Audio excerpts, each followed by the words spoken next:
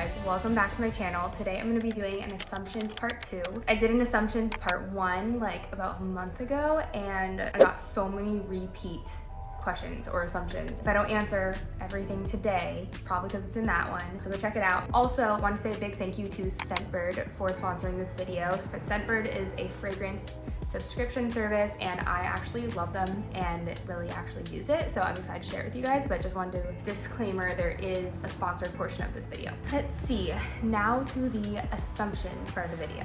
Okay, first assumption, you've never had an awkward stage. False. Doesn't everyone have an awkward stage? I definitely had one. This is another question. What is your relationship with stage like? Sage is like my sister. She is my other little sister. You've never had pimples. False. Definitely false. Definitely gone through my share of skin issues. You love California. It is hard for me to picture myself living anywhere else besides California long term. You dream of being an actress. No, that is taken by Michelle. Michelle is the only actress in this family. I also am not confident enough to act, I don't think either. You wanted to be a vet when you were younger. Actually, I never wanted to be a vet, which is kind of weird. I feel like most children like go through a vet phase. I don't think I ever did. I mean, mom, dad, correct me if I'm wrong, but I'm pretty sure I just always wanted to be like a spy. I like would ask for spy gear for Christmas and for my birthdays and like hop in and out of windows, and I thought I was a spy. You barely eat.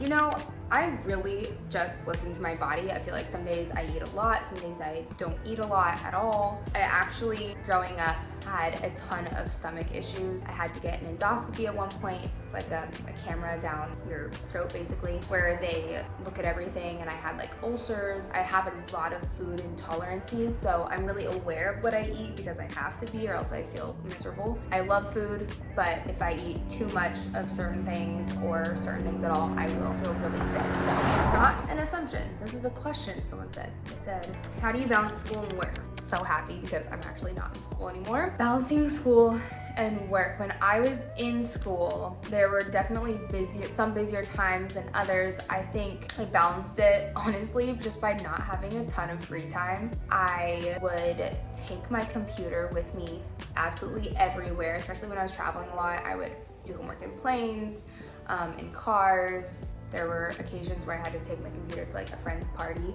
and sit in the corner for a little bit. I definitely made it work. I don't know, I feel like with school and work and balancing that, it can be really challenging and it can be very consuming.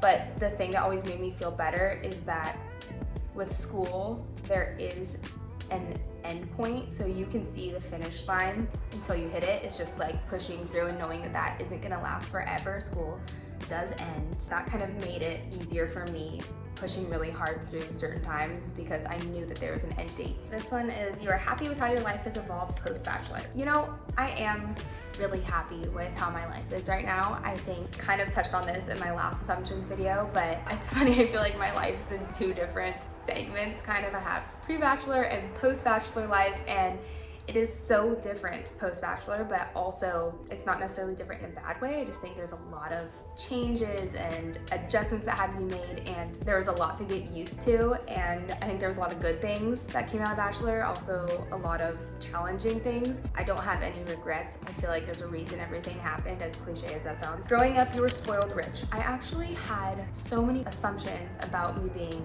spoiled. Coming from an economical standpoint, my family was definitely middle class growing up. I don't think, like, I definitely had a great childhood and life, and would not say I was spoiled at all. I think my parents definitely made me earn my keep, so to speak. There were times in college during my undergrad where I was working like 3 to 4 jobs at once. I had to take out student loans. My dad thought that if I had some skin in the game that I would appreciate it more, which is, I feel like, completely true because I feel like I did appreciate my undergrad. I actually graduated a year early from undergrad just to save money. So I also put myself through graduate school. So although my family was pretty well off and I didn't have a hard life, but I've also worked hard and experienced working hard for things that you want to. All right, we got another Bachelor one here. I keep getting the assumption about why I went on Bachelor. I put that in my last assumptions, my part 1. Check that one out if you want to hear more in depth. I'm gonna answer it here really quickly for you guys. just in case you don't want to go see the other video. Basically, went on Bachelor for the experience. I was kind of open to whatever it would bring, whether that be love, friends, like a cool story. I feel like you can't really predict what's gonna happen, and it was a TV show, so I had no idea what to expect. There's a short and sweet version of that assumption.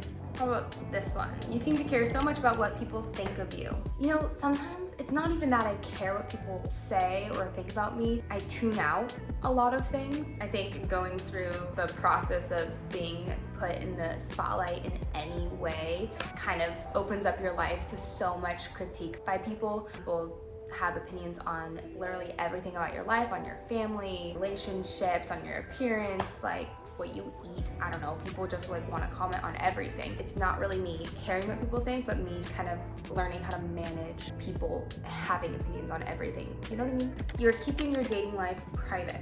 I've been getting this question for a long time now, and I think just to keep things short and sweet, last year was kind of insane for me, and I think it made me really take a step back and want to keep a lot more personal things in my life private. Definitely warming up to talking more about personal things, but I think everything that happened last year and over the last few years with Bachelor, just like a lot of scrutiny and outside opinions and stuff, and it made me kind of take a step back and want to keep more personal things more private and try to set more boundaries. Like when my life is so public, anyone that I bring into my life automatically has their life public. I know that a lot of my job is literally sharing my life with you guys. So warming up to being less private about every personal matter. So there's that. Your love language is words of affirmation. This is so funny because I always thought my love language was like quality time, physical touch, acts of service. And the other day I was talking to someone and they made fun of me for constantly asking them the same question just to feel like reassured. And in my mind I was like, I had no idea that I just like need to hear like words of affirmation. You're going to end up keeping the kittens. Actually, yes. Gus for sure. I'm keeping him.